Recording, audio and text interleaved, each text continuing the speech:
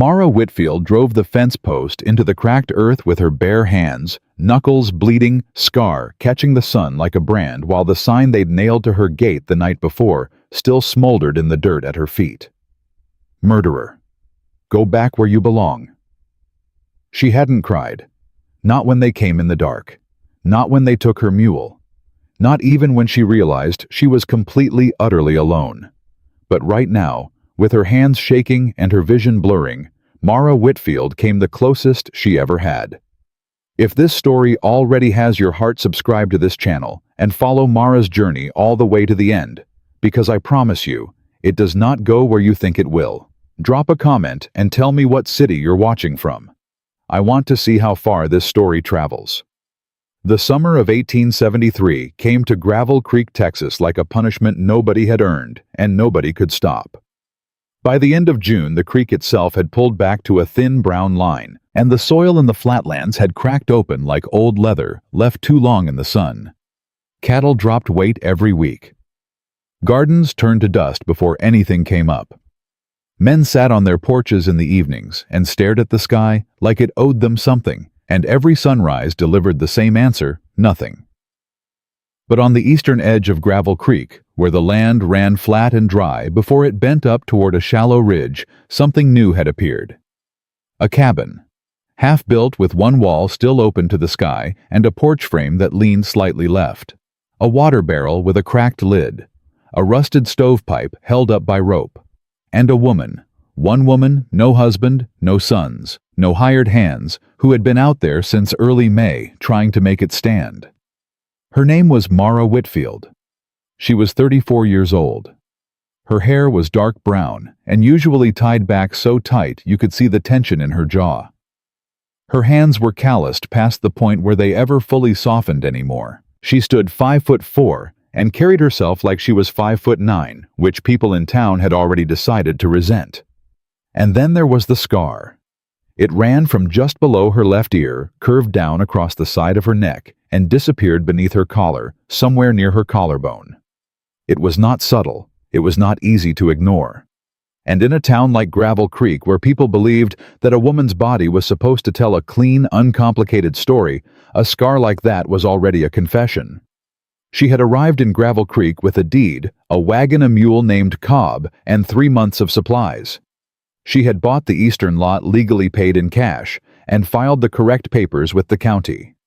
She had spoken to nobody except the land office clerk, and even then she had kept the conversation short. That was enough for the rumors to start. By the second week, people were saying her husband had died in a fire back east. By the third week, they were saying she'd started it. By the end of May, the story had been refined and sharpened, and passed around so many times that it felt almost official. Mara Whitfield had burned her husband alive in their house in Georgia, fled westward with whatever she'd stolen, and landed in Gravel Creek, hoping nobody would know her name. Nobody stopped to ask why, if any of that were true. She hadn't simply been arrested. Nobody asked, and Mara didn't explain, and so the story became its own kind of law. On the morning that everything changed, Mara had been awake since before 4. She'd heard it coming, that low-pressure feeling in the air that meant wind was building somewhere out west, and she'd spent the dark hours before dawn reinforcing the left wall of the cabin with every piece of spare lumber she had. She'd driven each nail herself. She'd measured the crossbeam by eye and gotten it close enough. But the storm hit harder than she'd calculated, and when the light came up, the left wall had held, but the roof over the back corner had peeled open like a tin lid. 3 feet of sky showed through where the boards had been. Cobb was dead. She found him near the fence line when she went to check. He'd been struggling with the heat for a week, refusing water listing to one side. The storm had been the last of it. He lay on his side with his legs folded under him, and Mara stood over him for a long moment without moving. "Okay," she said quietly to nobody. "Okay." She couldn't bury him alone. He was too heavy, and the ground was too hard. She dragged a piece of canvas over him and turned back to the cabin, because there was nothing else to do. She was hauling a warped roof beam across the yard, 40 pounds of half-dried pine, dragging it across cracked dirt, with both hands wrapped in strips torn from an old shirt when she heard the horses. 2 of them, coming from the direction of town. She didn't stop pulling the beam. She just shifted her eyes toward the ridge and watched 3 figures come over the top of it, on foot, not horseback. Boys. Young men 17 or 18 from town. She recognized 2 of them from the mercantile. They were carrying something between them. She kept watching, kept dragging the beam as they walked directly to her half-built fence and started nailing the something they carried onto the gatepost. A sign. She couldn't read it from where she stood, but she knew what kind of sign it was from the way they were grinning. One of them glanced back at her and laughed, and then they turned and jogged back over the ridge. Mara dropped the beam. She walked to the fence with her hands still wrapped, still bleeding at the knuckles where the rope had bitten through, and she read the sign. Murderers don't belong near decent families. She stood very still. Then she pulled the sign off the post one hard yank, and the nails shrieked against the wood, and she walked to the fire ring where the morning cook fire had burned down to embers, and she pushed the sign into it. The wood caught. The paint blackened. The words disappeared. She was still standing there watching it burn when she heard a different sound. One horse moving slower, coming from the same direction, but stopping at the top of the ridge. Elias Boone had been riding toward the eastern lot to check the fence line of his own property, which ran adjacent to the Whitfield parcel along the northern edge. He'd heard the storm the night before and wanted to see if the corner post had held. He was 43 years old. He ran the largest horse operation in Gravel Creek County, which meant he was either admired or envied by almost everyone he knew, and he had long since stopped being able to tell the difference. His late wife Catherine had died 4 years ago during a difficult labor, and since then he had run the ranch quietly, worked long hours, spoken carefully, and given people very little reason to talk about him. He was not a man who looked for trouble, but he had seen the boys from town coming over the ridge, and he had recognized them, and something about the way they were moving, purposeful, amused, certain they wouldn't be stopped, had made him slow his horse and watch. He saw them nail the sign. He saw Mara walk to the fence. He saw her pull the sign down and walk to the fire. He sat on his horse at the top of the ridge and watched her burn it. He did not ride away. When the sign had finished burning, Mara looked up and saw him there.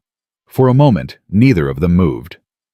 Then she picked up the rope she'd been using on the beam, wrapped it around the post again, and went back to work.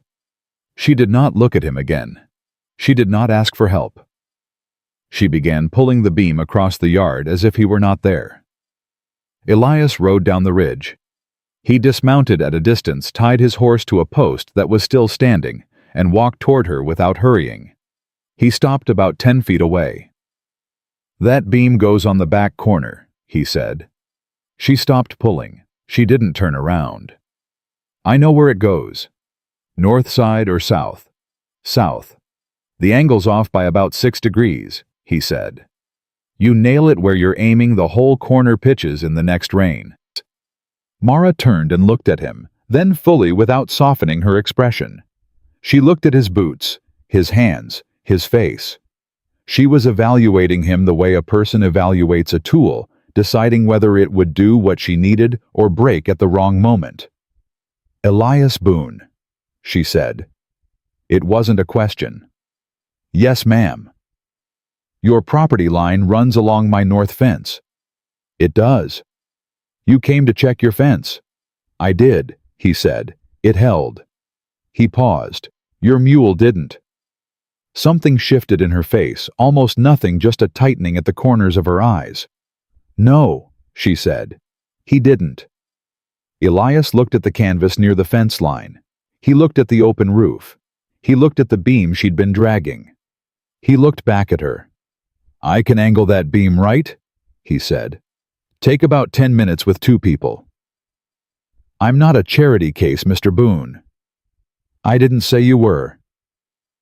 And I don't need a rancher from town feeling sorry for me." "I don't feel sorry for you," he said, and his voice was flat enough that she believed him.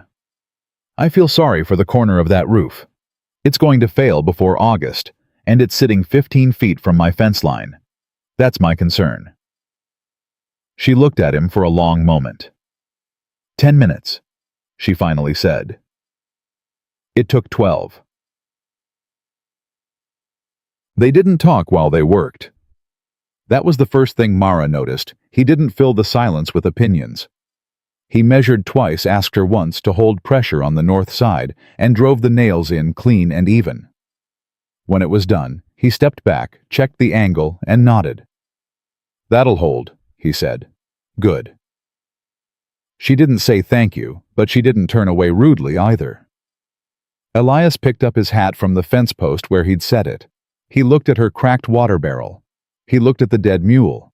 He looked at the state of the one finished wall. "You're planning to winter here?" he asked.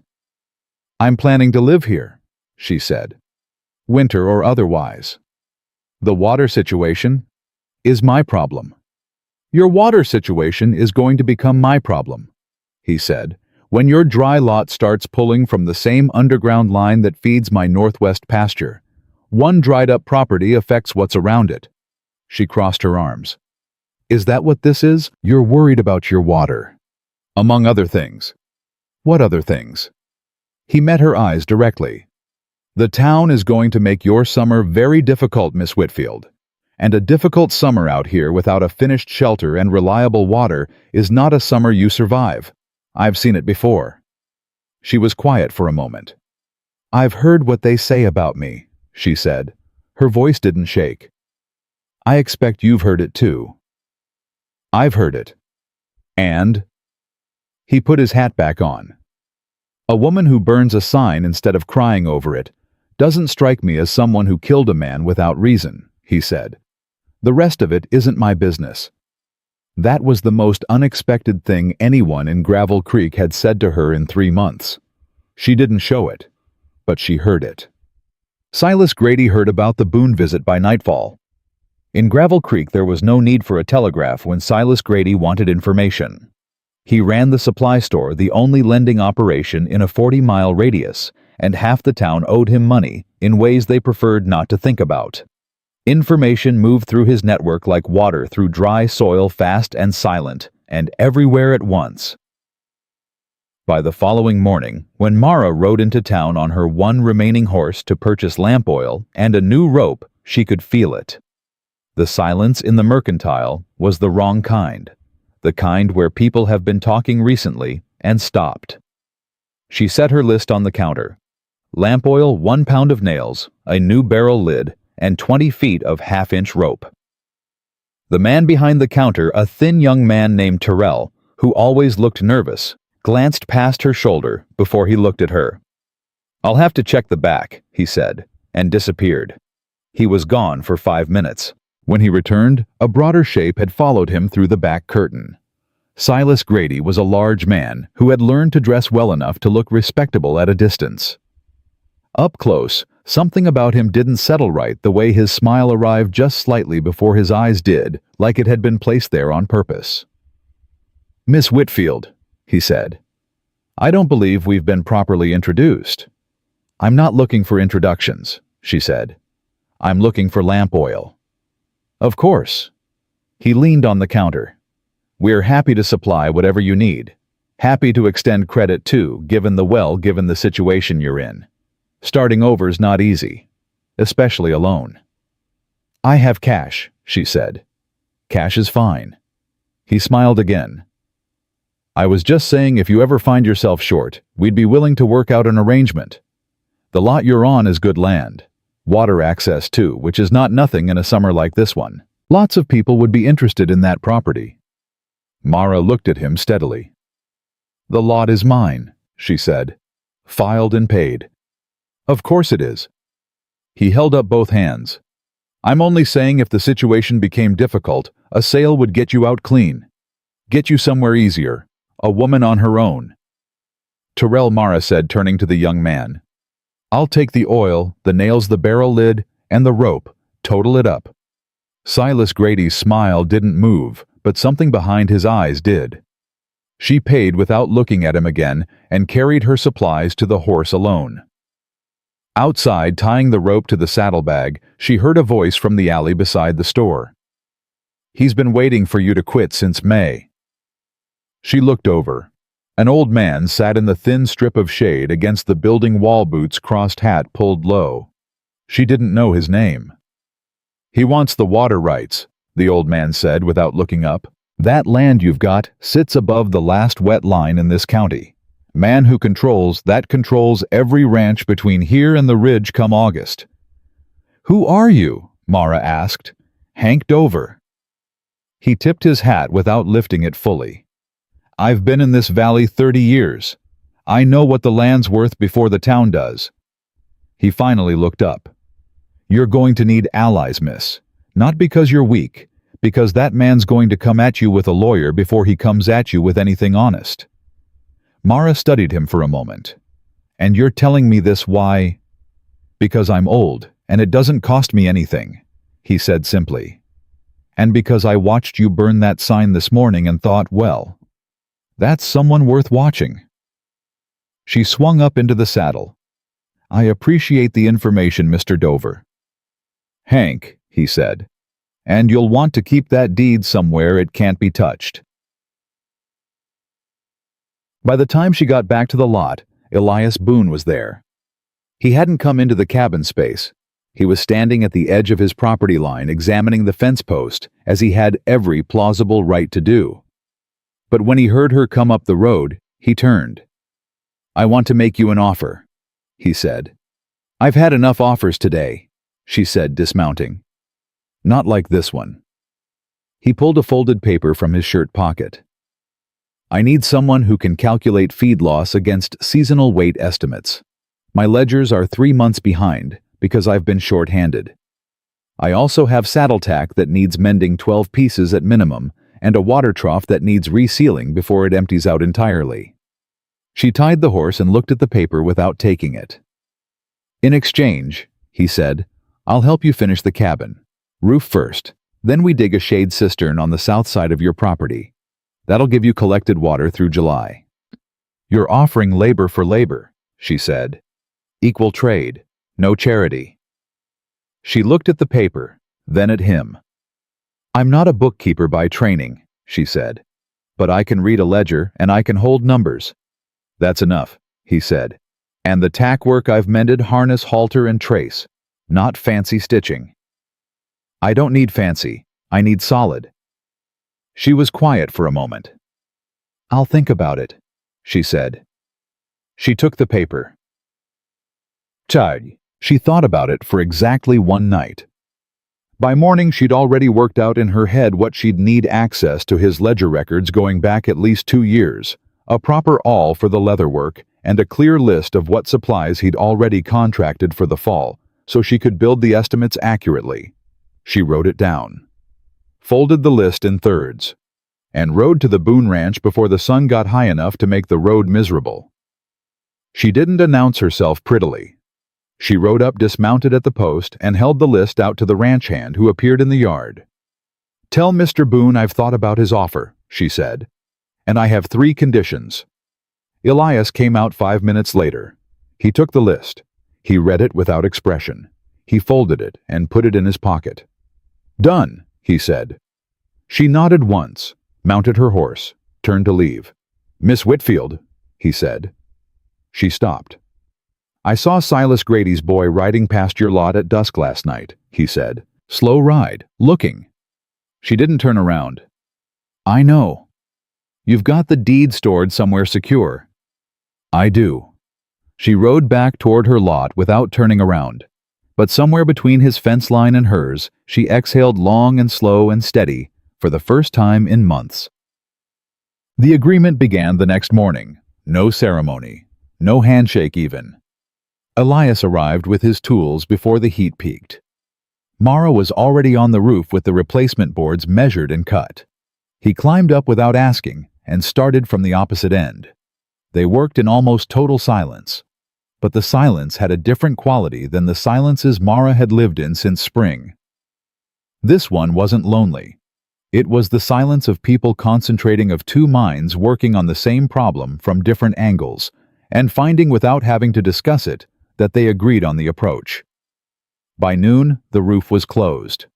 Mara climbed down, poured water from the barrel into a tin cup, and handed it to Elias without looking at him. He drank it, handed the cup back. "Afternoon," he said, meaning what next. She pointed to the south side of the property. "Cistern." They moved to the south side. The heat sat on them like a physical weight. Sweat darkened their shirts within minutes of starting to dig. Flies circled. The sky was white-blue and merciless. Mara kept her hat low and her rhythm steady. At one point, Elias drove his spade into a hard-packed section and stopped. He didn't swear. He just stopped. Looked at it for a moment and shifted his angle. Mara watched that. The patience of it. Her husband Thomas had been a man who broke things when they didn't give way fast enough. Tools, furniture, sometimes other things. He had also been charming at church and generous with his friends and broadly admired as a good man. She had kept his secrets for 4 years. She kept them until the night he had come at her drunk, knocked over the lamp, and stumbled out of the house while the curtains caught and the wall went up. He had died in the fire. She had carried him out twice. The second time was when she went back in looking for the deed box. By the time she got back outside, the smoke had done what the smoke does. The court found it inconclusive. But inconclusive had been enough for the neighbors, and the neighbors had been enough for the town, and the town had been enough for everywhere she'd gone since. She drove her spade back into the dirt. "How long have you been running the ranch alone?" she asked, and didn't know why she'd asked it. Elias didn't look up. 4 years, he said. "Since Catherine died. Hard to do alone." "It is," he said simply. "Hard to do with help too if the help's not steady." She almost smiled. "Not quite. How many ranch hands?" 3 full-time. 2 seasonal."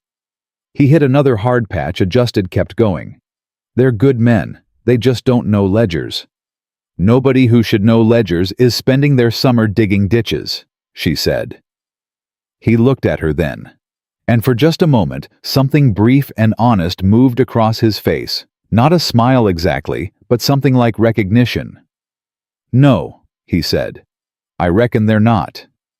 They kept digging. By the time the sun hit the western ridge and the sky shifted from white to copper, the cistern trench was 2/3 done. The roof was solid, and the first load of tack from the Boone Ranch had been delivered to Mara's cabin in a clean burlap sack. Neither of them had said anything they didn't mean. Neither of them had touched. But something had shifted in the dry summer air between them, something subtle and structural, the way a beam properly angled changes the load-bearing of an entire wall. It wasn't love yet. It wasn't even close. But it was the beginning of something that Mara Whitfield, who had long since stopped believing in beginnings, had not expected to find in the dust of Gravel Creek, Texas, in the worst summer anyone could remember. She locked the cabin door that night and sat at the table in the lantern light, with Elias Boone's ledgers open in front of her, and she worked through the numbers by hand carefully until the lantern began to gutter. And for the first time since May, she did not lie awake listening for footsteps outside. The ledgers told a story Elias Boone had never said out loud. Mara saw it in the numbers within the first hour. Feed costs running 20% over what the seasonal yields justified. A contract with a buyer in San Antonio that had been renewed 3 times without renegotiation, always at the same rate, always slightly below what the horses were actually worth. A credit line with Silas Grady's supply store that had been growing quietly for 2 years, never large enough to alarm, always large enough to matter. She set down her pencil and looked at the page for a long moment. Then she picked the pencil back up and started over from the beginning, this time writing the corrected figures in a separate column beside the originals. When Elias arrived the next morning, tools in hand, she met him at the fence line before he'd even tied his horse. "You've been undercharging Carson by $14 a head," she said. "Every contract for 3 years." He stopped. "That's the rate we agreed on." "That was the rate in 1870, she said. "Grain prices have moved. Breeding stock value has moved. Your operational cost has moved. The contract didn't. She held up the ledger open to the page she'd marked. You've lost somewhere near $400 over 3 years. Maybe more, depending on what I find in the older books. Elias looked at the numbers. He didn't argue them. He looked at them the way a man looks at something he has suspected for a while, but did not want to confirm. Carson's been buying from me since before Catherine died, he said. I understand that, Mara said. And I'm telling you, it's cost you $400. He took the ledger from her and studied it. A long silence. The morning heat was already pushing in from the south, and somewhere behind the cabin, a horsefly was working itself into a rage against the water barrel. You're certain, he said. I don't put numbers on paper I'm not certain of, she said. He closed the ledger. He didn't say thank you, yet she noticed that, but he put the book carefully under his arm, which told her the same thing. I'll write to Carson this week, he said. Don't write, she said. Ride. A man like that will negotiate a letter. He won't negotiate your face across a table. Elias looked at her for a moment. Something shifted behind his eyes. Not offense, more like recalibration. Like he was updating his estimate of who he was dealing with. All right, he said. I'll ride. He set the ledger on the fence post. Now, cistern. They went back to work. It was Hank Dover who told her what was already moving through town. He appeared at her fence line on a Thursday afternoon, which surprised her because she hadn't seen him move faster than a slow walk, and hadn't imagined he traveled this far from the alley where she'd first found him. He was carrying a small tin of axle grease, which he set on her fence post like an offering. Thought you might need it, he said. For the gate hinges, they're starting to squeal. They are, she said. She picked up the tin. What's the other reason? He smiled a dry, slow expression. Silas is telling people Boone's been sleeping here. Mara kept her expression level. He's not. I know he ain't. But that ain't the point. Hank settled himself against the fence post. Point is, once that story's moving, the truth has to run twice as fast to catch it. And truth's slower than gossip in any town I've ever known. What does he want? She said, though she already knew. He wants you shamed enough to sell, Hank said. And he wants Boone scared enough to stop helping. If he can separate you from the only person in this county willing to work beside you, you'll be alone again by August. And a woman alone with water rights she can't defend. I can defend them, Mara said. With what? She was quiet. You need the deed witnessed and refiled with a secondary record, Hank said. County office in Mira Falls, not just the local one. Grady has friends in the local office. He don't have friends in Mira Falls. She looked at him. How do you know all this? Because I've been in this valley 30 years, he said, and I've watched Silas Grady do this to 4 other people. 2 of them sold. 1 of them left before he had to. The 4th one, he stopped. The 4th one didn't manage it. The way he said that last part left no room for questions. I'll ride to Mira Falls, she said.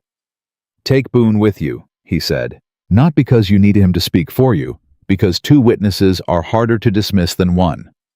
She almost refused on principle.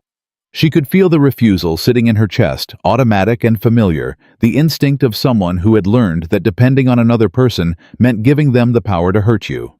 But she thought about $400 in a ledger. She thought about a man who measured twice and drove nails clean and didn't fill silences with opinions. I'll ask him, she said. She didn't ask him easily. When Elias came by the next morning, she waited until they'd been working for an hour, until the awkwardness of direct requests had worn off in the rhythm of labor. And then she said it while her back was to him. I need to ride to Mira Falls.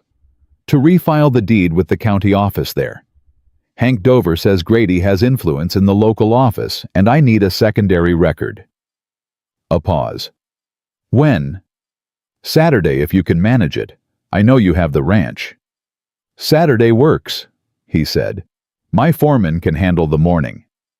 She turned around. I want to be clear, I'm not asking you to speak for me there. I just need a second witness on the filing. I know what you're asking, he said. Good. Mara. He said her name plainly without decoration. It was the first time he'd used it, and something about hearing it in his voice, flat and honest and respectful, did something unexpected to the air in her chest. I know what you're asking, he said again, and I'll be there. She nodded, turned back to the work, but the warmth that moved through her quiet and unbidden refused to entirely leave. The ride to Mara Falls took 3 hours each way. They left before sunrise, and for the first hour they rode mostly in silence, which had become their natural operating condition. But somewhere around the second hour, when the road opened up into flat country and there was nothing to look at but the sky lightening ahead of them, Elias spoke. My wife hated this road, he said. Mara glanced at him. He was looking straight ahead. She hated all the roads out here, he said. She was from Virginia. She came out here thinking it would be different, I suppose. Not easier, just different from what she'd known. Was it? It was harder, he said, and I didn't know how to. I knew how to run a ranch. I knew how to work. I thought that was the same as providing. He was quiet for a moment. It wasn't. Mara listened.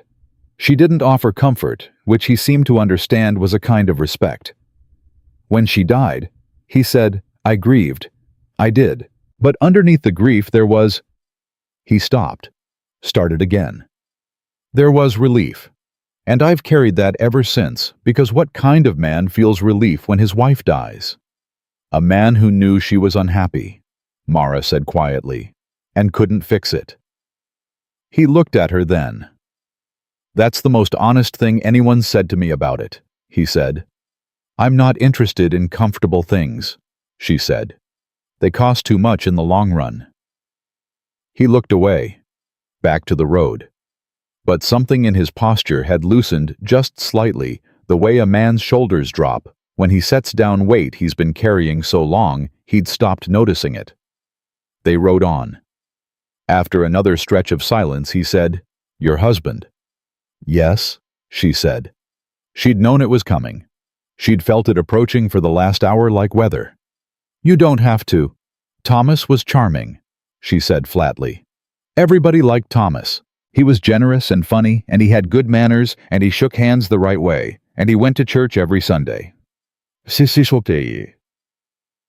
She kept her eyes on the road, and from about the second year onward, I was afraid of him. Not every day. Some days were fine, but you never knew which day would turn. Elias said nothing. He let her continue. The fire started when he knocked over the lamp drunk. He ran out. I tried to follow, but the door frame came down.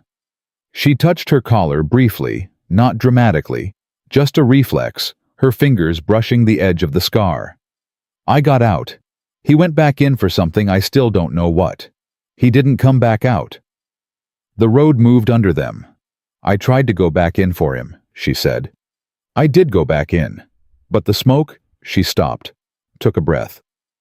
The court called it inconclusive. The neighbors called it murder. And I had a scar on my neck and no family willing to say otherwise, and so the story wrote itself. And you came west, he said. I came west, she said, because west is where people go when the east has already decided what you are. Elias looked at her for a long moment. His expression was the same careful, steady expression it usually was. But in his eyes there was something she hadn't seen directed at her before. Not pity. Not sympathy exactly. Belief. He simply believed her. Without performance, without caveat. He just looked at her and believed her and turned back to the road. She had not expected that to land as hard as it did. Tut. The county office in Mara Falls processed the filing in 40 minutes. The clerk was a small, precise woman named Mrs. Aldred, who asked clear questions and filled in the forms without commentary, and when the secondary deed record was stamped and witnessed, she handed Mara the copy with both hands. You're smart to file a duplicate here, Mrs. Aldred said quietly in a voice not meant to carry. Not everyone thinks to do it, Mara folded the paper into the inside pocket of her jacket. "Thank you." Outside, Elias was waiting with the horses. When she came through the door, he read her face and said, "Done." "Done," she said. He handed her the reins. She took them and swung up. "Now," she said, "we ride back before Grady hears we were here." Grady heard anyway. She didn't know how, whether it was someone from Mira Falls or a traveling merchant or just the general permeability of any secret kept by more than two people, but by the following Tuesday, she could feel the change in the air when she came to the supply store for flour and lamp oil. Terrell wasn't behind the counter this time. Silas Grady was. "Miss Whitfield," he said. His smile was different than before, tighter at the edges. "I heard you made a trip to Mira Falls." "I go where I need to go," she said. She set her list on the counter. "County office up there," he said, pulling the list toward him but not reading it. "Funny thing to need in Mira Falls when we've got a county office right here." "Convenience," she said. "Is that so?" He tapped the list once with his finger. "You know there's some question now about the water survey on your lot, whether the eastern boundary was staked correctly. I was talking to the county assessor just yesterday about it. Could be a resurvey is needed before that deed is fully valid." Mara looked at him directly. "My deed is fully valid," she said. "Filed, witnessed, and recorded in 2 counties." Something moved through his eyes fast. Not anger, yet calculation. "Of course," he said. "I'm sure it is." He finally read the list. "Flour and oil I've got. The barrel fittings you'll need to order 2 weeks out." "I'll find them elsewhere," she said. "That may be difficult," he said. "I'm the only supplier in 40 miles for that particular fitting." She looked at him for a long moment. Then she picked her list back up off the counter, folded it, and put it in her pocket. "Then I'll make the trip," she said. "Thank you for your time, Mr. Grady." She walked out. Behind her, she heard him say nothing, which was worse somehow than if he'd said something. That evening, Elias found the note she'd left at the fence line. "Grady is moving on the water boundary. Says there may be a resurvey. I need to know if there's a surveyor in this county who isn't connected to him. M." He read it twice, folded it, rode to her cabin directly. She was on the porch when he arrived, working on the last of the tack in the fading light. She didn't stop sewing when he dismounted. "There's one surveyor in the county I'd trust," he said. "Name's Beaumont. He's old and he charges twice what Grady's man charges, but his measurements hold up in court. Can you get to him before Grady does? I can leave tonight." She stopped sewing. She looked up at him. "Tonight." "If Grady's already talked to the assessor, he's moving faster than I thought," Elias said. "And your resurvey window, if he forces one, is probably 30 days. I want Beaumont hired and on record before Grady gets to him first." She set the tack down. "What does Beaumont charge?" $40. She was quiet for a beat. $40 was close to all the cash she had remaining until fall. Elias read her face. "I'll front it," he said immediately. "You can count it against the ledger work. It's not charity," he said. "Your water rights are adjacent to my property line. If he wins that resurvey, it affects me too. This is self-interest." She looked at him. He looked back at her. The lamp on the porch table flickered once in a push of hot air. "All right," she said. He turned to go. "Elias." He stopped. "Be careful on the night road," she said. "Grady's boys ride late." He turned back, and in the lamplight she saw something pass through his face that he didn't entirely control, something brief and honest and unguarded that disappeared almost as fast as it came. "I'll be back by morning," he said. He rode. He was back before dawn. Mara heard his horse at the fence line and came out with her boots unlaced, pulling her coat on. She stopped at the porch rail. "Beaumont's hired," he said. "He'll ride the eastern boundary Thursday. Before 30 days. Before 30 days. She exhaled. The relief moved through her cleanly without complication, just the plain physical sensation of a threat not yet resolved, but at least met. "Good," she said. "Come in. I made coffee before first light." He tied his horse and came in for the first time. The cabin was spare. One table, 2 chairs. The ledger she'd been working on stacked to one side. A small shelf with a tin of flour, 2 cups of Bible she hadn't opened since Georgia, and a folded piece of cloth that was probably something personal. He didn't look at any of it too long. He sat in the chair she gestured to and took the cup she offered. She sat across from him and wrapped both hands around her own cup. "Hank says Reverend Mercer has been asking questions," she said. "About you.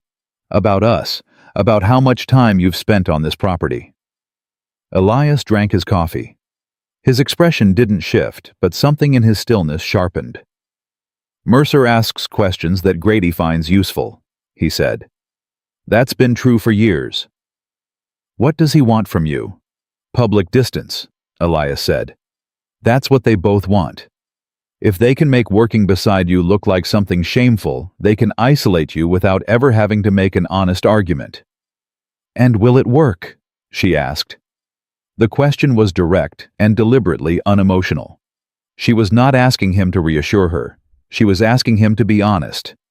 He set his cup down. He looked at her squarely. "Not if I don't let it," he said. She held his gaze for a moment, then she looked down at her cup. "You should know," she said quietly, "that I won't ask you to do anything that costs you your standing in this town. I don't need saving. I need an equal. And an equal gets to make his own choices about what he's willing to risk." "I know that," he said. "Good." She looked up again. "Then make the choice carefully, because Grady doesn't back down from a partial commitment. If you're in, you're in. If you're not, tell me now and we adjust the arrangement. No hard feelings." The morning light had begun to come through the window thin and pale. Elias Boone looked at Mara Whitfield across her plain table in her spare cabin in the middle of the hardest summer Gravel Creek had seen in a decade, and he thought about fear and cowardice and the specific ways a man could disappoint himself over the course of a lifetime. "I'm in," he said. She nodded once, picked up her cup. "Then drink your coffee," she said. "Beaumont rides Thursday, and I want the northern stakes remarked before he arrives." And just like that, the moment passed or seemed to pass folded back into the ordinary machinery of the morning. But underneath it, something had shifted in the structure of the thing between them, quiet and foundational, and impossible to undo. Neither of them named it. Neither of them had to. Beaumont rode the eastern boundary on Thursday as promised. He was a small, precise man in his 60s who carried a surveying rod like a rifle and spoke in measurements rather than sentences.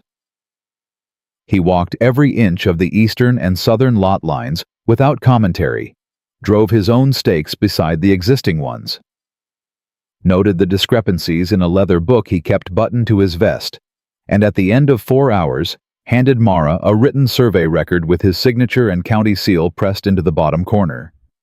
"Your eastern boundary is correct," he said, "staked within 8 inches of legal specification. The water access line falls entirely within your titled property." He looked at her over his glasses.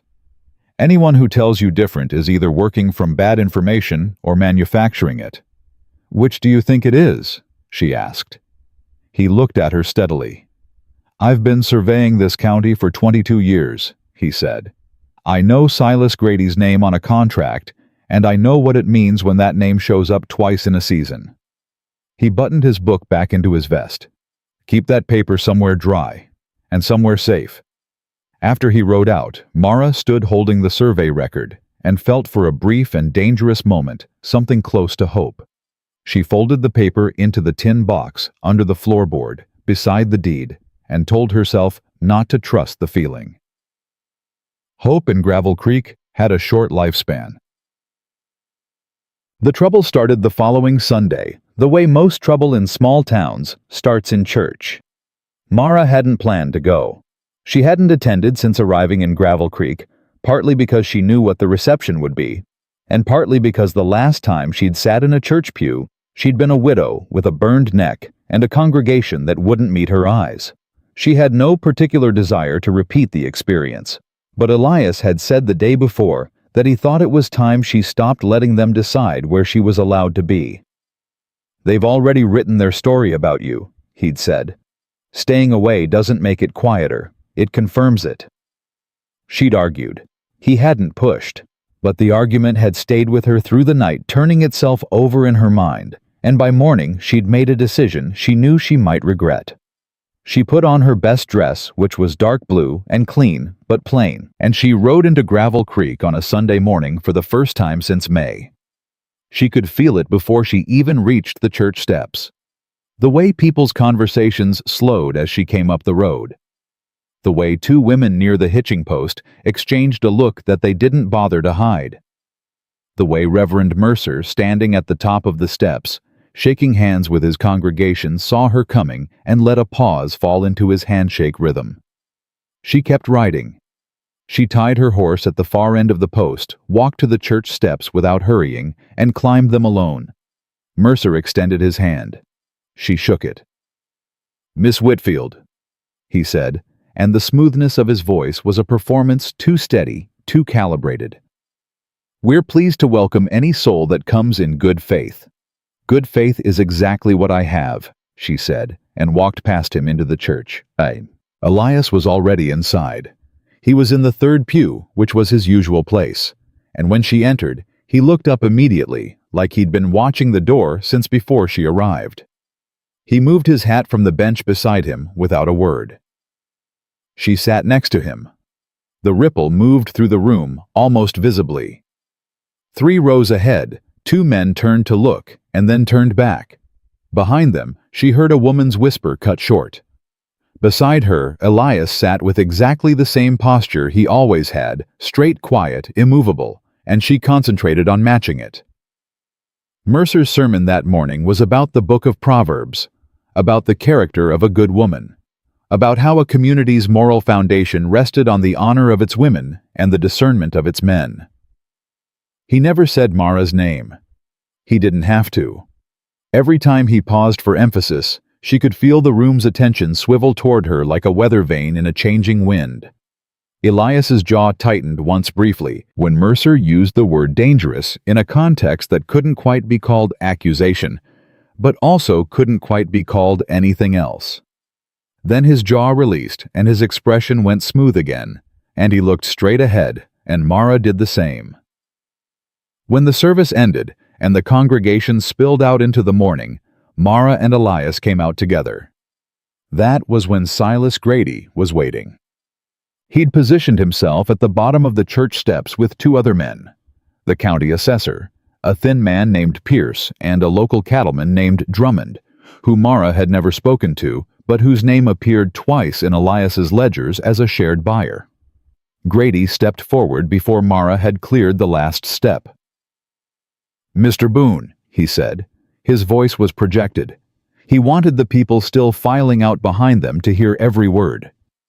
"I wonder if we might have a word about the eastern water access." "This isn't the time, Silas," Elias said.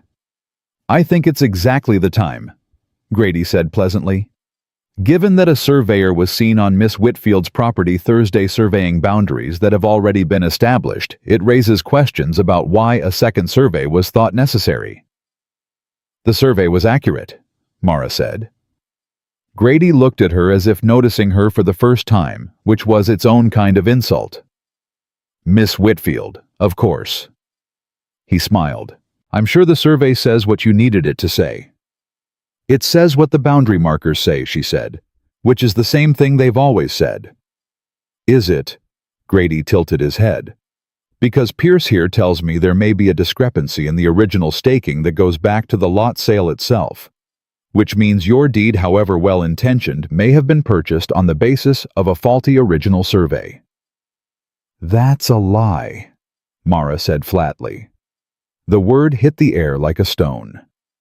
Grady's smile didn't waver, but his eyes went cold. Around them, the people who'd been politely pretending not to listen stopped pretending. "That's a serious thing to say," Grady said. It's a serious thing to manufacture a legal challenge against a woman's land, she said. So I suppose we're even. Reverend Mercer materialized at Grady's shoulder, not quite taking a side, but close enough that the geometry of his position said everything. "Miss Whitfield," Mercer said, in his managing voice. "I understand this is a difficult situation. But perhaps this isn't the place for..." "For what?" she said. "For the truth?" Mercer's expression shifted into the particular shape of a man who has confused patience with authority. "For confrontation," he said. "Mr. Boone, I think we'd all be better served if you and I sat down this week to discuss the situation privately. Given your standing in this community, your association with Miss Whitfield has understandably raised concerns." "His standing," Mara said. She felt Elias shift beside her. She felt the moment begin to change shape. "His standing," Mercer repeated gently but firmly, "and his late wife's memory, and the reputation of his operation. These are things a man in his position has to consider carefully when he chooses his associations." The word associations landed like a dismissal. It reduced every hour of labor, every honest conversation. Every night Elias had ridden out in the dark to protect her land. It reduced all of it to something embarrassing, something that needed explaining. The crowd had gone fully quiet. Mara felt it, the exact weight of that silence, and what it required of the man standing beside her. She turned to Elias. And Elias Boone, who had ridden to Mira Falls and hired Beaumont, and come to church knowing what it would cost him, stood in the middle of that silence, and did the one thing she had not prepared herself for. He hesitated. She watched it happen. 1 beat, 2 beats. The hesitation of a man calculating, not maliciously, not cruelly, but calculating nonetheless what this moment would cost him publicly. And then he said it. "It was only work," he said. His voice was quiet and controlled. "Miss Whitfield needed help finishing her property before the heat created a hazard adjacent to my fence line. That's the extent of it." The words were reasonable, measured, entirely defensible, and they were the most devastating thing he could have said.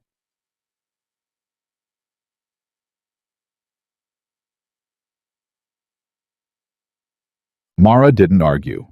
She didn't look at him again. She turned from the steps, walked to her horse, untied the reins, and mounted without hurrying.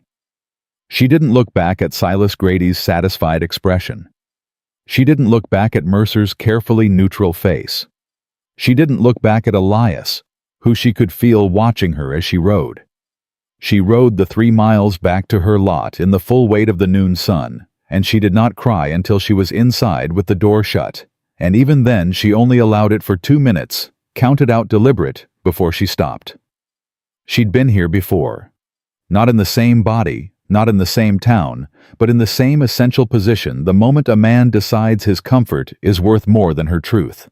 She had survived it before. She would survive it again. She changed out of the blue dress, put on her work clothes, and went outside to repair the smoke vent she'd been putting off for a week. She worked until her arms ached and the sun had moved past the worst of its angle. At dusk, she heard a horse at the fence line. She didn't go to the door. "Mara!"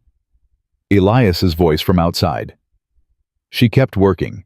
The awl drove through the vent brace with a sound like a reprimand. "Mara, I know you're in there." Silence. "I said the wrong thing," he said. "I know that." She put down the awl. She stood up. She went to the door and opened it and looked at him across the yard, still on his horse hat in his hand. "You said what you needed to say," she said. Her voice was level. "In front of the people who matter to you. That tells me what I need to know." "It's not..." "Don't," she said. "Don't explain it to me. I've had things explained to me before by men who needed me to understand why they did the comfortable thing. I understand. I don't need the explanation." "I was wrong," he said. "Yes," she said. "You were." "Then let me..." "The roof is done," she said. "The ledgers are current. The cistern trench is finished. The tack is mended." She looked at him steadily. "The arrangement is complete, Mr. Boone. Thank you for your help." She closed the door. She stood with her back against it in the dark of the cabin and listened to him sit on his horse for a long time. Long enough that she was almost afraid he'd knock. Long enough that part of her, the part she'd tried very hard to bury, hoped he would. He didn't.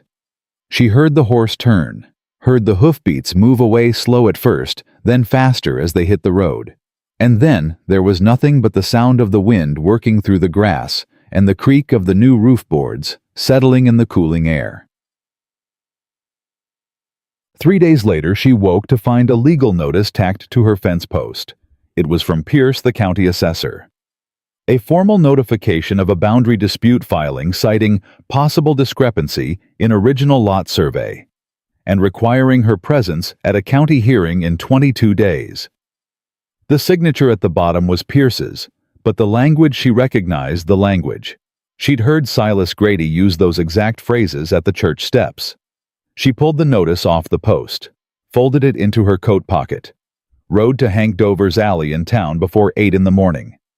He was there, as he always was, in his strip of shade. He looked up when she dismounted and handed him the notice without speaking. He read it slowly, folded it, handed it back. "Faster than I expected," he said. "He must have had it prepared already," she said. "He did," Hank said. "He filed the initial complaint the same week Beaumont did your survey. He was waiting to see if you'd get scared first." "I didn't get scared." "No." He studied her face. "You get Boone to testify at that hearing, and Grady's challenge falls apart. Beaumont's survey plus a respected local rancher's testimony, that's enough for any fair judge." She said nothing. Hank looked at her more carefully. "What happened?" she told him. "Not all of it. She kept the door closing to herself, but enough." Hank was quiet for a long moment. He took off his hat and turned it in his hands once. Then he said, "That was a bad moment for him." "Yes," she said. "But a man who did everything else he did, and then breaks at one bad moment. A chain breaks at its weakest link," she said. "It doesn't matter how strong the rest of it is." "That's true for chains," Hank said. "People are different." "I'm not certain they are." He put his hat back on. "You've got 22 days to the hearing," he said. "Beaumont will testify. I can speak to him. That's one witness. You need at least 2 credible voices to counter Grady's assessor." "Who's the second?" "That's your problem to solve," he said. "But I'd start by thinking about who in this town has ever seen Silas Grady do something they didn't like and stayed quiet about it." She thought about that all the way home. The answer came to her at 2 in the morning. She sat up in the dark with the clarity of it and lay back down and stared at the ceiling. Drummond. The cattleman who'd been standing beside Grady at the church steps. His name was in Elias's ledgers, not as a friend, but as a shared buyer for horse stock. And the ledger entries told a story. Drummond's purchase prices had gone up sharply 2 years ago, right around the same time Grady's supply contract with Drummond's operation had expanded. She didn't know what that meant yet, but she knew it meant something. She got up, lit the lamp, and pulled the ledgers out. By 3 in the morning, she had it. Drummond was paying Grady an informal supply premium, small amounts. Irregular intervals always noted in Elias's records as freight adjustment, because Elias's horses had been delivering the supplies. Drummond hadn't chosen to pay more. He'd been maneuvered into it, and the trail in the ledgers was faint, but it was there. She sat back in her chair and looked at what she'd found. She had 22 days. She had Beaumont. She had Hank. She had a legal filing in Mira Falls that Grady hadn't managed to touch. And now she had something that might, if she used it correctly, make Drummond very reluctant to sit beside Silas Grady in a county courtroom. She also had no one to take the ledger pages to, because the person who understood them best and whose word carried the most weight in this county was currently the person she had closed a door on 3 days ago. She stared at the ceiling for a long time. Then she picked up her pencil, turned to a clean page, and wrote out every number carefully duplicated from memory, because the original ledgers were his property and she would not take them. By the time the sun came up, she had what she needed. She still had not decided what to do with it. On the 6th day after the church steps, Elias Boone appeared at her fence line at midday. She was repairing the gate hinges. The axle grease Hank had brought had helped, but the left hinge was still pulling, and she heard him come. She kept working. He dismounted. He walked to the fence. He didn't speak immediately, which was typical, but this silence had a different texture than their working silences. This one had weight. "I went to see Carson," he said finally. She looked up. "About the contract," he said. "Rode up there Monday. Told him the rate was wrong, and it had been wrong for 3 years, and I'd be renegotiating effective immediately." He paused. He tried to argue. "I had your numbers." He didn't argue long. She looked at him. She didn't say anything. "I told Reverend Mercer yesterday that what I said on those steps was wrong," he said. "That I characterized an honest arrangement dishonestly because I was afraid of what people were thinking, and that I regret it." "What did he say?" "He said he appreciated my candor, and that he hoped I'd make wiser choices going forward." Elias's voice was dry, which means he said nothing. "What did you say to that?" "I told him that the wisest choice I've made recently was helping finish a roof that actually needed finishing, and that the worst choice I've made was pretending otherwise." He paused. He didn't care for that. Mara set down the wrench. "Elias," she said. "I know," he said. "I know the door is closed. I know you're not going to open it because I showed up and said I was sorry. I'm not here because I expect that." He looked at her directly. "I'm here because you have a county hearing in 16 days, and you need a second witness, and I'm the best one you've got. And whatever you think of me right now, I would rather you think it while you're keeping your land than while you're losing it." The gate hinge screamed once as she turned it. "I found something in the ledgers," she said. He went still. "What kind of something?" "Drummond's supply payments to Grady, hidden in freight adjustments. It's not clean extortion, but it's close enough that Drummond would not want it examined publicly in a county courtroom." Elias was quiet for a moment. Then, "You found that in my ledgers." "Your numbers, my eyes," she said. "I wrote them out separately. They're mine to use." He looked at her steadily. There was something in his expression she couldn't name, not admiration exactly, but something adjacent to it that was more complicated and more honest. "You've been working this alone since Sunday," he said. "I've been working it," she said. "The rest doesn't matter." "It matters to me." "That," she said carefully, "is between you and yourself. My hearing is in 16 days. Are you willing to testify or not?" He looked at her for a long moment. The sun was directly overhead and the shadows were straight down, and everything about the afternoon was harsh and clear and without mercy. "Yes," he said. "Then come back Saturday," she said. "And bring Beaumont if you can reach him. We need to go over what gets said and what doesn't." She picked up the wrench and went back to the hinge. Elias stood at the fence for another moment long enough that she knew he was fighting himself over something, and then she heard him go back to his horse mount and ride. She drove the wrench against the hinge bolt until it seated clean and true. 16 days. She would be ready. Saturday came with the kind of heat that made the air shimmer, and the horses irritable, and every conversation feel like it cost twice what it was worth.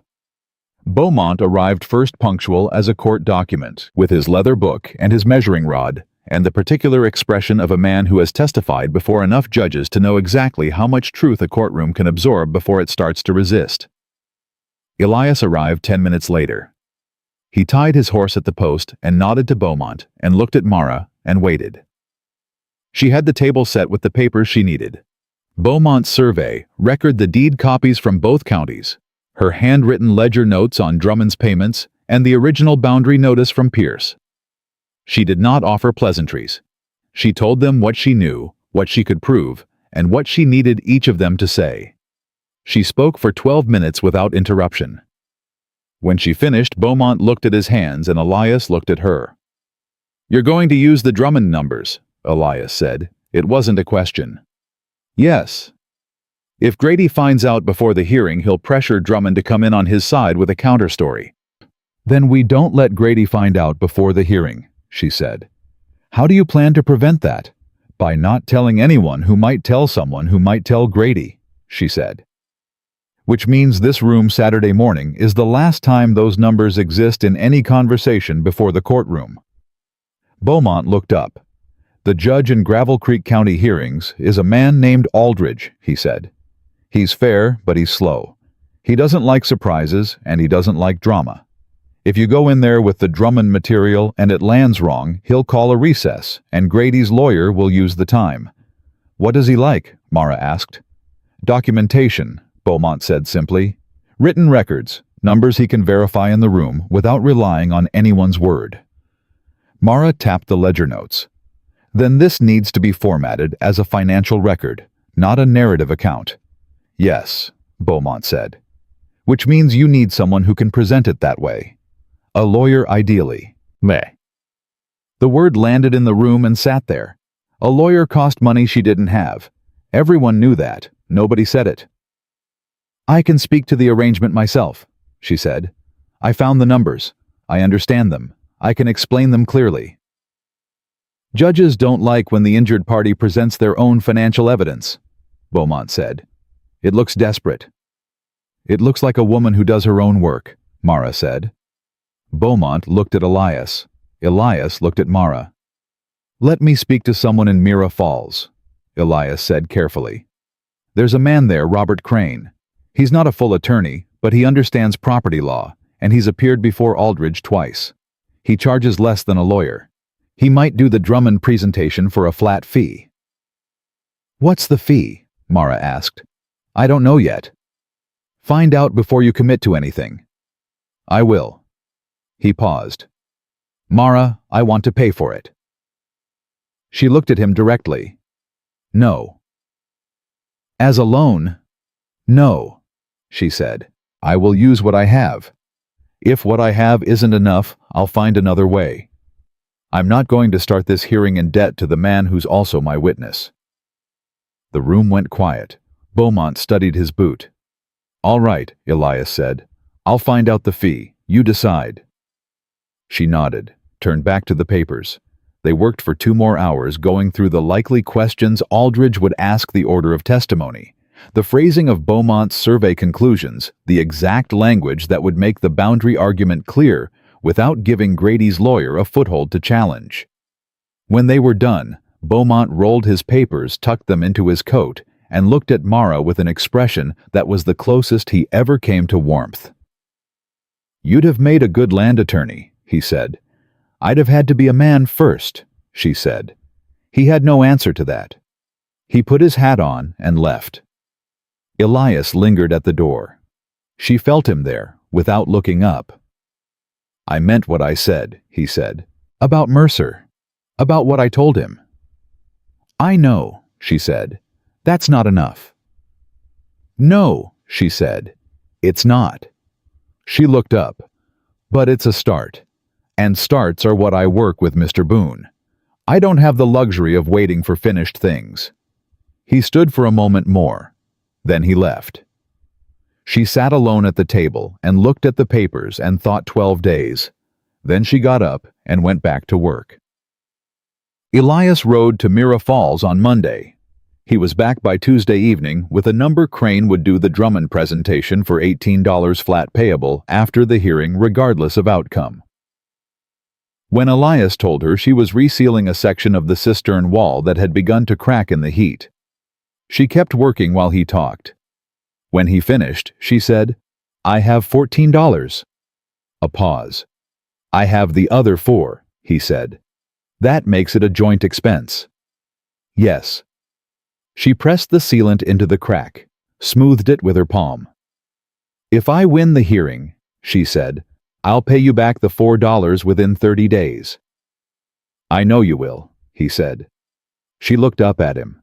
Something in the simplicity of those 4 words, "I know you will," did something to her composure that the harder moments hadn't quite managed.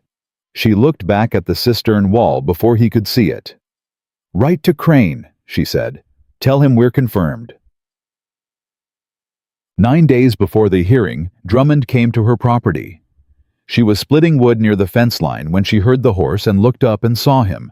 A broad, red-faced man in his 50s hat, pushed back, looking uncomfortable in the way that men look when they've ridden somewhere they'd rather not be. She kept splitting. Let him come to her. He dismounted at the road, didn't come through the gate. "Miss Whitfield," he said. "Got a minute?" "Depends on what for," she said. She set the axe. "I've been hearing things," he said. "About what's coming up at the county hearing." She waited. "About some ledger numbers," he said. "About freight adjustments." He looked at his hat in his hands. "I just want to understand what you're planning to do with that." "I'm planning to present accurate financial records that establish a pattern of business conduct," she said. "That's all." "That's all," he repeated. He shifted his weight. "Miss Whitfield, those arrangements with Grady, I didn't choose them. You understand that. He worked them into the supply contracts before I saw what was in there, and by the time I did—" "You were already committed," she said. "Yes. And it was easier to keep paying than to make trouble." He was quiet. "I understand that, Mr. Drummond," she said. "I do. I'm not presenting those numbers to destroy you. I'm presenting them to establish that Silas Grady has a history of using financial leverage to control people's decisions." She looked at him steadily. "You're not the target. You're the evidence." He looked at the ground, then back up. "What if I testified myself?" he said. "About the arrangement, how it started, what he said when I tried to renegotiate." She had not expected that. She kept her face still. "That would be your choice," she said. "And it would cost you more than staying quiet. You understand that?" "I know it would," he said. He put his hat back on. "But I've been sitting across from that man in the supply store for 2 years watching him do this to people, and I—" He stopped, set his jaw. "My wife told me I'd regret it if I kept quiet. She said it first year. She's been saying it since." Mara looked at him for a long moment. "Come Saturday," she said. "Same time as the others. And bring whatever record you have of the original contract." He nodded, mounted his horse, rode without looking back. Mara picked up the axe, set it against the wood, and felt the shape of the hearing shift cleanly, decisively in her favor. The night before the hearing, she didn't sleep. She lay in the dark with the papers on the table and went through everything she knew. Everything she could prove and everything that could still go wrong. Grady would have a lawyer. Aldridge was fair but slow. Pierce would testify to the discrepancy, a discrepancy that Beaumont had already disproven, but Grady's lawyer would try to reframe. There were 12 people in this county who owed Grady money, and 3 of them might be sitting in that room. She got up at 3 and lit the lamp and went through the numbers one more time. At 4:30, she heard a horse. She went to the door and opened it. Elias was at the fence line, dismounting in the dark. "What are you doing here?" she said. "Couldn't sleep," he said. "So you rode 3 miles in the dark." 2.5, he said. He tied the horse. "Are you ready?" "Yes." "All of it. All of it I can control," she said. "The rest is Aldridge's problem." He came to the fence but didn't come through. She stayed at the door. Between them was the yard and the dark, and whatever had been building and breaking and rebuilding between them since the first morning he'd helped her angle a beam. "I need to tell you something," he said. "Before tomorrow. Not as a witness. Not as part of any arrangement." She waited. "What I said on those church steps," he said. "I've been trying to figure out why I said it. And the honest answer is, I was afraid. Not of Grady. Not of Mercer. I was afraid of what it meant to stand beside you in public and mean it." He paused. "Because if I meant it, then everything that came after would be real, and real things can be taken away." She was very still. "I've had real things taken away," he said. "Catherine. The kind of marriage I'd wanted and didn't know how to build. The version of myself I thought I was." He looked at his hands on the fence rail. "And somewhere in those 4 years, I decided the safest thing was to keep my distance from anything that could matter too much." "And then I showed up," she said. "And then you showed up," he said, "burning a sign in the dirt and dragging roof beams across the yard and refusing every easy exit I'd ever seen a person refuse." The lamp behind her made a small sound, the wick settling. "Elias," she said carefully, "I need to get through tomorrow first." "I know," he said. "I'm not asking for anything tonight. I just needed you to know it before we walked into that room, so that whatever happens in there, you know where I stand." She looked at him across the yard for a long moment. "Get some sleep," she said finally. "We ride at 7. She went back inside, closed the door, stood with her hand flat against the wood, and felt her heart doing something inconvenient and involuntary and completely outside her control. She went back to the lamp, back to the papers. 7 o'clock, Shabbat. The county hearing room in Gravel Creek was a converted storage space at the back of the land office. 12 chairs, a raised table for the judge, a single window that let in more heat than light. By the time Mara arrived, it was already 2/3 full. Grady was there with his lawyer, a man imported from San Antonio named Whitmore, who wore a suit that cost more than Mara's water barrel and carried his papers in a leather case with brass fittings. Pierce sat beside them. 3 other men Mara didn't recognize filled the row behind. Beaumont was already seated on her side. Crane, the property man from Mira Falls, sat next to him with a clean copy of the ledger presentation. Drummond was in the back row, not on her side exactly, but not on Grady's either. Hank Dover was in the corner, hat on his knee, watching everything. Elias came in last and sat beside Mara without speaking. Grady looked at that and looked away. Judge Aldridge was exactly what Beaumont had described: a compact, gray-haired man with a steady expression and no patience for theater. He called the room to order, stated the filing, and asked Grady's lawyer to present the basis for the boundary dispute. Whitmore was smooth. He presented Pierce's assessment in careful, measured language: discrepancy in original staking, potential misalignment requirement for authoritative resurvey. He used the word authoritative 3 times. He implied, without saying directly, that Beaumont's independent survey had been commissioned by the interested party and therefore carried reduced weight. Mara felt Elias shift beside her. She put her hand flat on the table, a signal directed at no one, and he stilled. Then Beaumont testified.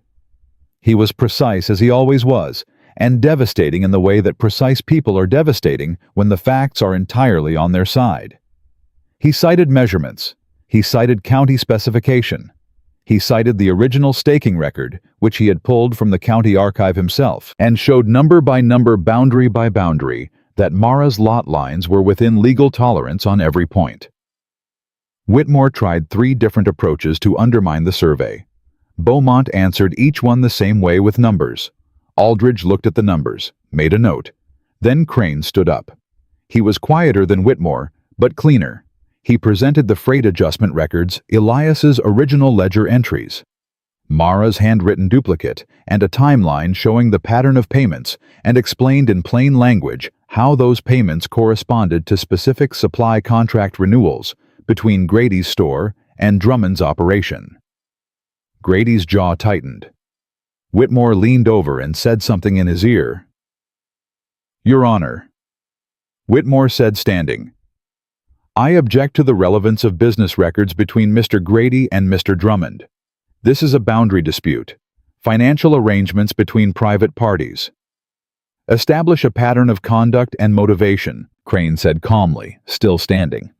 "Mr. Grady filed this boundary challenge 4 days after Miss Whitfield completed an independent survey that confirmed her title.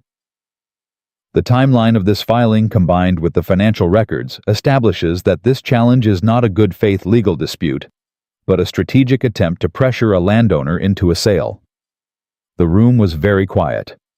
Aldridge looked at Crane, then at Grady, then at the papers. "Mr. Drummond," Aldridge said.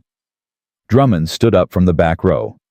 He was red-faced and uncomfortable, and his hands were not entirely steady, but he stood. "I'd like to make a statement," he said. "Voluntarily." Whitmore started to stand again. Aldridge held up one hand. Drummond talked for 4 minutes. He described how the freight adjustments had appeared in his supply contract. He described the conversation he'd had with Grady when he tried to remove them. He described the specific language Grady had used, and it was the language of a man who understood leverage and was not embarrassed to use it. When Drummond finished and sat down, the room felt different. Grady said something in a low voice to Whitmore. Whitmore set his pen down. Aldridge looked at Grady directly. "Mr. Grady," he said, "do you wish to offer any testimony personally?" "My counsel will respond," Grady said. "Your counsel has responded," Aldridge said. "I'm asking if you personally have anything to add." A pause, long enough to be its own answer. "No," Grady said. Aldridge looked at his papers for a full 30 seconds. The room did not breathe. "The boundary challenge is dismissed," he said. "Miss Whitfield's deed and lot lines stand as filed and recorded. Mr. Pierce, I'll have a letter to the assessor's office regarding the basis for this filing. You'll want to be available for that conversation." He looked at the room once briefly. "We're done." He stood. The room exhaled. Outside in the flat white heat of the afternoon, Mara stood on the steps of the land office and felt the kind of quiet that comes after a very long sustained effort finally ends. Beaumont shook her hand properly firmly, the way he'd shake any landholder's hand. Crane accepted the $18 she'd counted out the night before and nodded once. Drummond walked past and didn't stop, but he caught her eye and gave a short, complicated nod that held an apology and a relief and something like respect all in the same motion. Hank Dover came out last, moving at his usual unhurried pace. He stopped beside her on the steps. "4 people watched Grady do this before you," he said. "You're the first one who went into that room with numbers instead of grievances." "Grievances don't hold up in court," she said. "No," he said, "they don't." He touched his hat brim and walked off in the direction of his alley. Elias came out of the building and stood beside her. They watched the street for a moment. People moving past a wagon rolling by the ordinary afternoon machinery of a town that had no idea what had just happened inside a converted storage room at the back of the land office. "You knew about Drummond before he came to your fence," Elias said. "You'd already found it in the ledgers." "Yes." "But you didn't go to him. You waited for him to come to you." "If I'd gone to him, it would have looked like coercion," she said. "He needed to make the choice himself." He looked at her. "How did you know he would—" "His wife," she said simply. "He mentioned his wife told him he'd regret it if he stayed quiet. A man whose wife has been right about everything for years eventually listens." She paused. "I trusted her more than I trusted him." Elias made a sound that was almost a laugh, not a full one, but the edge of one. The first she'd heard from him. She turned to face him fully, which she did not do often. "You testified clearly," she said. "I told the truth," he said. "That's not the same as doing something impressive." "No," she said. "But in this county, it's close." He looked at her for a moment. The afternoon light was doing something that made everything look more deliberate than it was. "What happens now?" he said. She thought about the cabin. The cistern sealed and full. The roof that would hold through August. The deed in a tin box under the floorboard, and a copy in a county office 40 miles away that Silas Grady could not touch. "Now I build the chicken run I've been putting off for 6 weeks," she said. "And then I start cutting wood for fall." "Alone," he said. She looked at him steadily. The question between them was not really about wood. "That depends," she said carefully, on whether the person asking understands the difference between helping and deciding, between working beside someone and making decisions for them. "I understand the difference," he said. "You understood it last month too," she said. "And then the church steps happened." "Yes," he said. "They did." He didn't look away. "And I've thought about nothing else since." She looked at him for a long moment. The afternoon between them was full of heat and recent truth, and the particular kind of possibility that only exists between people who have seen each other at their worst and are still standing in the same place. "Come by Tuesday," she said finally. "We'll see how the chicken run goes." She turned and walked to her horse. She didn't look back, but she heard him exhale behind her, slow and long and relieved, and she allowed herself quietly and privately the smallest thing that was almost a smile. Tuesday, she thought, and began to count. Tuesday came the way honest things come, without ceremony, without announcement, just the sound of a horse at the fence line at 7 in the morning, and the quiet understanding that something had been decided. Mara was already in the yard when Elias arrived. She had the lumber for the chicken run measured and stacked, the wire rolled and waiting, and a cup of coffee she'd made without thinking twice about making two. She handed him the second cup when he came through the gate and turned back to the wire before he could say anything about it. He drank it without comment. They worked. The chicken run was a smaller project than the roof or the cistern, but in some ways it required more precision. The wire had to be tight enough to keep predators out without being so rigid it couldn't hold through winter contractions. Elias knew a technique with corner posts that she hadn't seen before, and she watched him demonstrate it once and then did it herself on the next corner without being told to. He watched her do it and nodded, which was his version of a compliment, and she had learned enough about him by now to receive it as one. By noon the frame was up. By mid-afternoon the wire was stretched and fastened. They stood back and looked at it, a real structure, solid and purposeful, built in a single day by two people who didn't waste words or motion. "It'll hold," Elias said. "It'll hold," she agreed. And then, because the thing between them had been held in suspension long enough and both of them knew it, she said, "I need to ask you something, and I need you to answer it honestly, not carefully." He turned to face her. "If Grady tries again," she said, "and there's a cost to standing beside me, a real cost, a business cost, something that hurts you in a way that matters, what do you do?" He didn't answer immediately. She respected that. A fast answer would have been the wrong kind. "I've been thinking about that since the church steps," he said, "about what kind of man makes the comfortable choice when the real choice is standing right in front of him." He looked at his hands for a moment. "I've done it once. I know what it costs. Not just you, me. I know what I lost that day, and I know I don't want to lose it again." "That's not an answer," she said. "No," he said. "It's not." He met her eyes directly. "I stay. Whatever it costs. I stay." The afternoon sat between them, hot and still and completely certain. "All right," she said. She turned back to the chicken run and checked the latch one more time. He stood where he was for a moment longer, and she could feel him trying to decide whether to say something else. He decided against it, which was the right call, and picked up the remaining wire to coil it. That was Tuesday. The shift in Gravel Creek was not dramatic. It did not happen in a single day or a single gesture. It happened the way soil changes after long rain, slowly, incrementally, almost invisibly, until one morning you press your hand to it and find it different than it was. The first sign came from an unexpected direction. A woman named Clara Drummond's wife, the one who'd been telling her husband to speak up for 2 years, appeared at Mara's gate on a Wednesday morning with a basket of canning jars and a directness that Mara immediately recognized and respected. "I've been wanting to come sooner," Clara said. "Carl kept saying it wasn't the right time. I finally told him there's no right time for the right thing, you just do it." She held out the basket. "These are clean and sealed. I put up too many last fall, and they're sitting empty." Mara took the basket. Thank you, Mrs. Drummond. Clara, she said firmly. And don't thank me.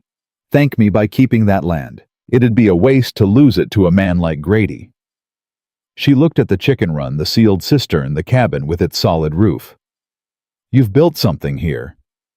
I'm still building, Mara said. That's the right answer, Clara said, and turned and walked back to her wagon with the particular satisfaction of a woman who has finally done what she intended. The following week, the blacksmith, a quiet man named Hooper, who had never spoken to Mara directly, left a package of hinges at her fence post with a note that said, "Only for the barn when you get to it." No name, but the handwriting matched the receipt she'd seen in the supply store, and the hinges were good quality, the kind that cost real money. Not everyone came around. Reverend Mercer stayed away entirely, which she preferred. Pierce kept his distance. Two families who had been loudest in the early weeks of summer continued to cross the street when she rode through town, and she let them. She was not building a world where everyone agreed with her.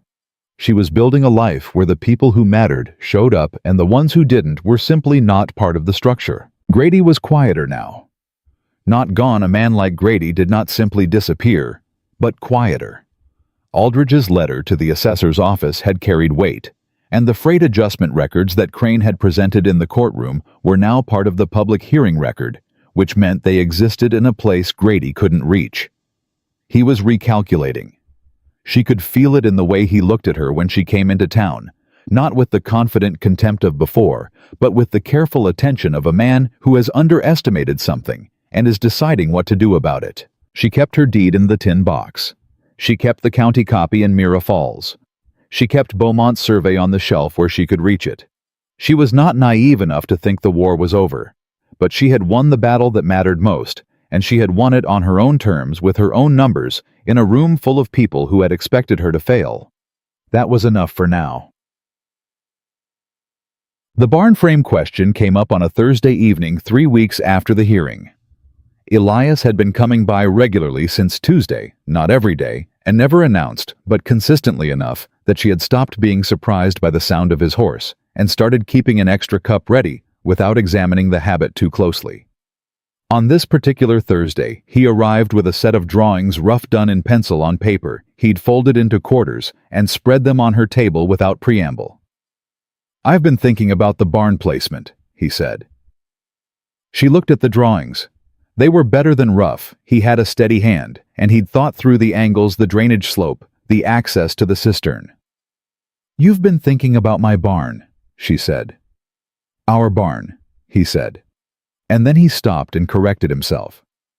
"Potentially, if we discuss it as a shared structure." She looked up at him. "A shared barn." "Your land, your primary access," he said carefully, "but a structure we both contribute to and both have right to use. Jointly owned, equally documented, neither party's name above the other's." She looked back at the drawings. "Why would you want a barn on my land?" "Because your lot has the better water access, the better southern slope, and because building it here means I'm not building it alone on mine." He paused. "And because I'd like a reason to keep coming here that isn't just the charity of your patience." She was quiet for a moment. "You'd want it in writing," she said. "I'd require it in writing," he said. "Same as you would." She studied the drawings. The placement was good. She'd looked at the same spot herself and arrived at the same conclusion about the drainage angle. She'd never said that to him. He'd worked it out independently. That told her something. "If we build the barn jointly," she said slowly, "I want two things that aren't negotiable." "Name them." "My name goes on the deed of structure first. Not because of pride, because it's on my land and the legal priority matters in this county." "Agreed," he said immediately. "And if either of us ever wants to dissolve the arrangement, the structure goes to whoever holds the land title, which is me." "Agreed," he said again without hesitation. She looked at him. "You agreed very fast." "Because both of those terms are correct," he said simply. "I'd have asked for the same things if the land were mine." She folded the drawings along their original creases and held them in her hands. The lamp on the table made the pencil lines look precise and deliberate. "All right," she said. "We build the barn." Something happened in his expression then, not the relief of a man who'd won an argument, but the quieter, more complicated expression of a man who'd been given something he hadn't let himself fully want until the moment he received it. "I'll draft the joint ownership document this week," he said. "I'll review it," she said. He started to reach for the drawings. She didn't give them back. "I'll keep these," she said. "I want to check the northern wall angle against the wind direction." He left without the drawings. She set them on the shelf beside Beaumont's survey. The question Mara had been turning over for weeks finally surfaced on a Friday evening in late August when the heat had begun, just barely to ease its grip on the county, and the nights had started cooling an hour earlier than they had in July. Elias was sitting on her porch. Not working for once, they'd finished the eastern fence repair, and neither of them had started the next task yet, which was unusual enough that she noticed it. They were both sitting in the particular stillness of people who have been working hard for a long time and have briefly run out of immediate things to do. She had been thinking about what Hank had said weeks ago, about the question she needed to ask. The real one. She asked it. "Do you want to stand beside me when it costs you?" she said, "or only when it flatters you?" He looked at her. The directness of it didn't catch him off guard. She could tell he'd been waiting for some version of this, had known it was coming. "I stood beside you wrong once," he said, "and I've thought about that day every morning since." "That's not an answer." "No," he said. "It's a preamble." He looked at her steadily. "The answer is, when it costs me. I want to stand beside you when it costs me. Because the only version of this that means anything is the one where the cost is real and I make the choice anyway." She looked out at the yard, at the chicken run, and the cistern, and the roof that had held through 3 summer storms, at the fence line that ran clean and true where Beaumont had confirmed it. "I'm not easy to be beside," she said. "I've noticed," he said. "I don't trust fast. I don't forgive fast. I don't change my mind about people without evidence. I know. And I will never be the kind of woman who needs someone to make her decisions. I know that too," he said. "And I'm not the kind of man who wants that. I had a marriage where I made all the decisions, and it cost both of us everything. I don't want to make that mistake again." She turned and looked at him fully. "What do you want, Elias?" He held her gaze. "To build the barn," he said. "And whatever comes after it if you're willing. One thing at a time at whatever pace you need, with everything in writing and nothing assumed." He paused. "And I want to stop pretending that the reason I ride out here every other day is the fence line." For the first time in longer than she could remember, Mara Whitfield smiled. Not a small, controlled expression, a real one, the kind that reached all the way up, the kind that only comes when something catches a person genuinely off guard with its rightness. She let it sit on her face for exactly as long as it lasted, and she didn't hide it. "The fence line was a bad excuse," she said. "Your fence line has been fine since June." "I know," he said. "I was hoping you hadn't checked." And this time, the edge of a laugh she'd heard from him before became a real one, low and unguarded, and briefly entirely human, and she discovered that the sound of it did something to the air in her chest that she had absolutely no intention of telling him about yet. "Come Sunday," she said. "We'll start on the barn foundation." "Sunday," he said. "Chimeb." Hank Dover heard about the barn from Clara Drummond, who heard about it from her husband, who had seen the joint ownership document filed at the county office on a Monday morning, with both names on the first line, Whitfield and Boone, in that order, exactly as she'd specified. He came by her lot that same week, moving at his unhurried pace, and found her stacking foundation stones in the spot she and Elias had marked. He looked at the stake lines. He looked at the stones. He looked at her. "You're building up," he said. "We're building up," she said. He nodded slowly, turning his hat in his hands. "Silas Grady's been quieter since the hearing," he said. He's not done, but he's slower now. I know, she said. You'll want to watch the spring water survey, Hank said. He'll try something administrative next time, quieter than a boundary challenge. I'm watching, she said. He nodded again. He looked at the foundation line one more time. Then he said, with the quiet conviction of a man who had been in a valley long enough to know what lasted, this will still be standing in 20 years. He wasn't talking about the barn. She knew that. She let it be true without saying it. Come back when we pour the floor, she said. I'll make coffee. He put his hat on. I might do that, he said, and walked back toward town at the same pace he always moved, slow, steady, entirely certain of where he was going.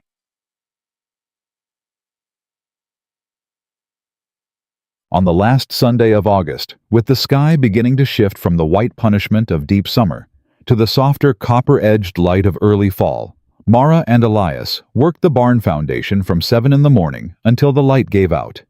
It was hard physical work, stone and mortar, and level and reset, and they moved through it in their established rhythm, each anticipating what the other needed, without asking, adjusting, correcting, advancing. By the time they stopped, the foundation perimeter was complete. It was straight and level and solid and built to last. They sat on the porch after, as they had begun to do more often, and the cooling air moved across the yard, and the new foundation threw a long shadow in the late light. I want to tell you something, Mara said, and he looked at her and waited. When I came to Gravel Creek, she said, I had a deed and a mule, and 3 months of supplies and a scar I was tired of explaining, and I told myself I was done depending on anyone. Done trusting the version of help that comes with conditions attached. She paused. I was right to be done with that version, she said. But I was wrong to think it was the only version. He was very still. You showed me a different one, she said. And I don't give credit for that easily, and I don't say it twice, so... You don't have to say it twice, he said quietly. She nodded, looked back out at the yard. The barn will take 4 more weeks, she said. 3 if the weather holds, he said. It won't. No, he agreed. It won't. A pause. Mara. She looked at him. Thank you, he said. For the door you didn't keep closed. She held his gaze for a moment. You earned the open one, she said simply. And that was enough. Between 2 people who had both learned the hard way that words cost something and should be spent accordingly, it was exactly enough. Silas Grady did not disappear. He reorganized. He filed 2 administrative queries with the County Water Board in September, both of which Mara answered with documentation that took her an afternoon to prepare, and Crane 3 minutes to file. Neither query went anywhere. Reverend Mercer preached on forgiveness and community in October, and looked during the relevant passage in a direction that was carefully not toward Mara's pew. She sat in the 3rd row beside Elias, as she had every Sunday since August, and listened to the sermon with the same level expression she brought to everything. And when it ended, she shook Mercer's hand at the door, because she was not a woman who wasted energy on small hostilities. He shook it back, said nothing. That was in its way a kind of peace. Clara Drummond organized a supply exchange in September that Mara participated in trading preserved goods for seed stock, and 3 other women came who had been in May, part of the crowd that crossed the street. 2 of them spoke to her directly. 1 did not. She treated them all the same evenly, without warmth. She didn't mean, and without coldness, she didn't need. The barn was finished in late October. 4 weeks, not 3, because the weather had not cooperated exactly as she'd predicted. On the day they set the last beam, Hank Dover came by with coffee he'd made himself and carried in a tin that had kept it warm all the way from town. He poured it out, handed them each a cup, and sat on the foundation edge and looked at what they'd built. 20 years, he said again, mostly to himself. At least, Elias said. Mara drank her coffee and looked at the barn, her barn, their barn, built on her land with their labor and equal names on the deed, and no one's permission required, and felt something that she had no precise word for. Not happiness exactly. Not relief. Something older and more foundational than either of those things. Proof. That was the word for it. Proof that the story the town had written about her in May was not the only story available. Proof that a woman with a scar and a ruined reputation and $40 left in a tin box could build something real in the hardest summer anyone could remember. Proof that choosing carefully, choosing slowly, choosing with clear eyes and full information and no illusions about what things cost was not the same as not choosing at all. She had chosen this land. She had chosen to stay. She had chosen finally and deliberately to let one person stand beside her who had earned the right through labor and honesty, and one very costly mistake that he had corrected at full price without complaint and without asking her to make it easier for him. These were her choices. Nobody had rescued her into them. And in a world that had spent 34 years trying to tell Mara Whitfield what she was worth, what she could have, and where she was allowed to stand, the quiet, unbreakable fact of those choices was the most powerful thing she had ever built. More powerful than a deed. More lasting than a survey record. More true than anything Silas Grady or Reverend Mercer, or a town full of comfortable people choosing comfortable stories, had ever said about her name. She had come to Gravel Creek with almost nothing. She was leaving nothing behind. She was staying on her land in her name, beside a man who had learned the difference between standing with someone and standing for them. And she was building stone by stone and beam by beam and honest word by honest word, the only kind of life that had ever been worth building. A life that was entirely, irrevocably, unapologetically her own.